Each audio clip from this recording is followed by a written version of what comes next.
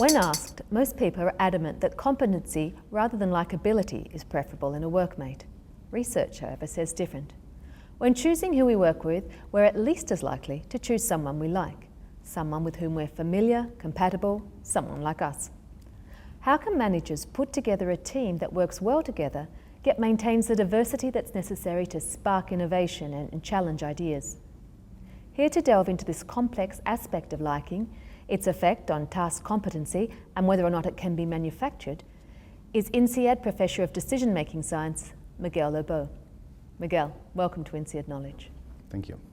Miguel, your initial research, Competent Jerks and Lovable Fools and the Formation of Social Networks, looked at the likability aspect in the workplace, and it came up with some surprising results.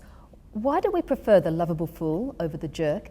And are they really more productive workmates? Emotions are very important to us. We are social beings, so in some sense it's not surprising that the emotional part of our relationships, even in a professional relationship, would be very important. And there are, of course, downsides and upsides to this. It's not all negative. It's not just that we are being, in some sense, unprofessional when we are choosing to, or when we are preferring to work with someone that we like. There can be very sound reasons for that. The first part is that emotions are not meaningless. They communicate, for instance, information about perceptions of trust, whether we think the person will make an honest effort to share information, whether the person will be reliable. So there are certainly lots of positives to it. It's, in some sense, the lubricant that makes relationships work. On the other hand, there are, of course, downsides, because that can mean that we disregard the actual hard competences that are essential to make the successful achievement of tasks possible. There's a very strong tendency in people to like what is similar to us. And that's a problem, because there's also a lot of research that shows that a lack of diversity in organizations is a very dangerous thing. So how can managers diffuse diversity into a homogeneous group, or alternatively to manufacture liking in a diverse one? This sense of excitement, that is the high energy liking, is something that can be created. That's something that we can work on explicitly. In some sense, you can think of it as another work competence, another work asset, something that you can invest in and create, that you can learn to do.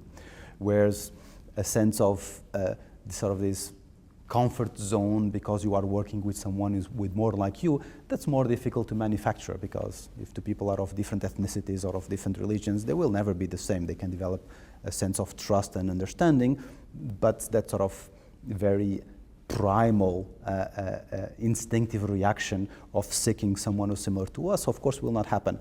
But the point is, it doesn't have to. In some sense, it can actually be better if you don't have that excessive comfort zone.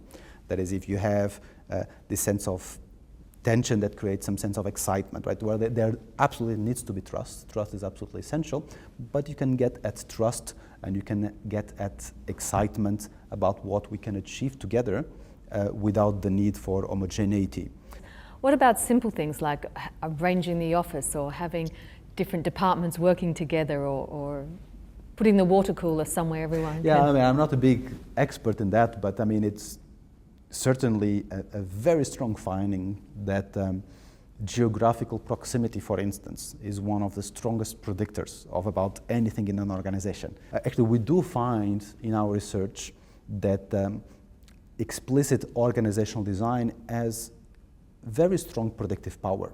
So in some sense, everything we are analyzing is after controlling for explicit organizational design. What you want to do is develop an awareness that when you are doing the formal design of the organization and of the teams, it's important to not think of the affective life, the emotional life of the organization as something that you will deal with later.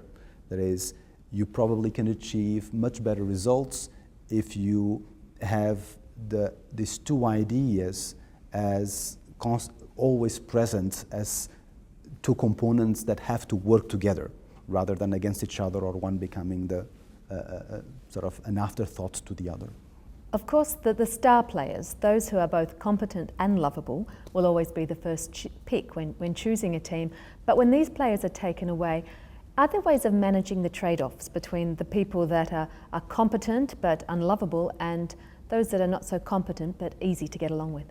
I think there's training, there's incentives, and then there's careful selection of what tasks and jobs and positions you put each person depending on their characteristics.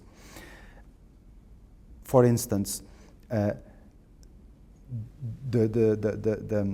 competent jerk, someone who's highly skilled at something, but is really rather unpleasant in their relationship with how they relate to others. Often those people are those who respond the most to incentives.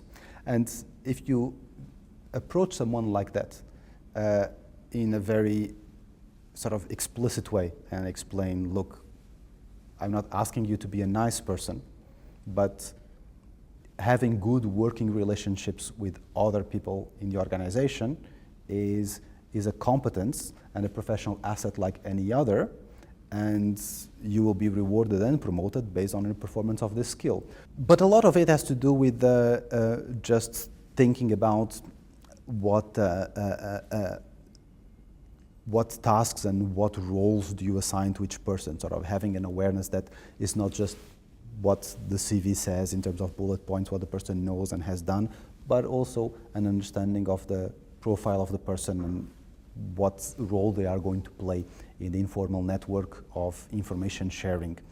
And how does the informal network happen? Well, it happens through relationships, and relationships are driven by emotions. So therefore, in modern knowledge economy,